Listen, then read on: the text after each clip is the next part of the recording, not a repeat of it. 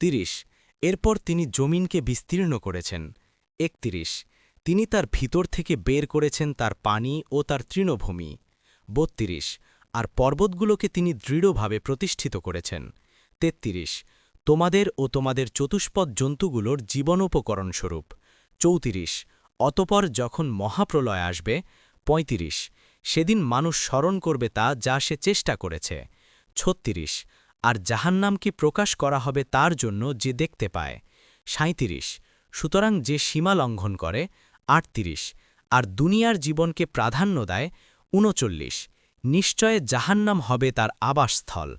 ৪০ আর যেই স্বীয় রবের সামনে দাঁড়ানোকে ভয় করে এবং কুপ্রবৃত্তি থেকে নিজকে বিরত রাখে।